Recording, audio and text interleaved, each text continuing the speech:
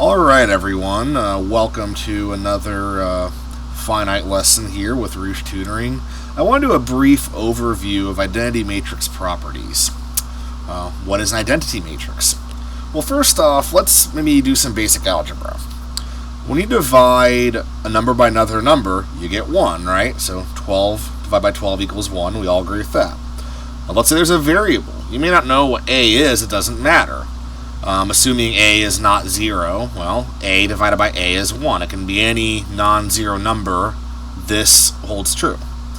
That's the letter a, the variable a. But here, the matrix a, remember the rule, you cannot divide matrices. But there's another way to get that same kind of effect of division, right? And we've talked about matrix inverses. So we have a inverse times a is equal to I, that identity matrix. Now, as we see before, if you do 1 times 12, you get 12. Or if you get 12 times 1, you get 12 as well. So it doesn't matter where you place that identity matrix in relation to another matrix. It'll give the matrix itself. So it's effectively the same thing as multiplying something by 1, except you're actually not multiplying all the elements by 1, you're doing matrix multiplication. So what is I? Well, to put simply, the identity matrix, or I, is a 2 by 2 matrix, or a 3 by 3 or 4 by 4, whatever your A is, the I matches up the dimensions. So it has to be square.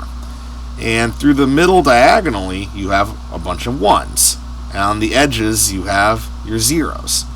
So here we have 1, 0, 1, 0, 0, 0, 1, 0, 0, 0, 1. Okay. So, moving on, the effect of this is quite fun because there's a lot of manipulation we can use where the identity matrix becomes important. So they're asking you to find the following matrix products without using calculations. So here we have the identity matrix times whatever this is here, negative 5, 1, 4, 0. Well, we know this is identity matrix, so we don't have to do any multiplication. We can just realize this will regurgitate the same matrix it was being multiplied into. Same thing goes here. We have a matrix times the identity matrix. The same matrix is put out. No need to waste time in a quiz or homework trying to go through these calculations. Anyway, figured this would be useful.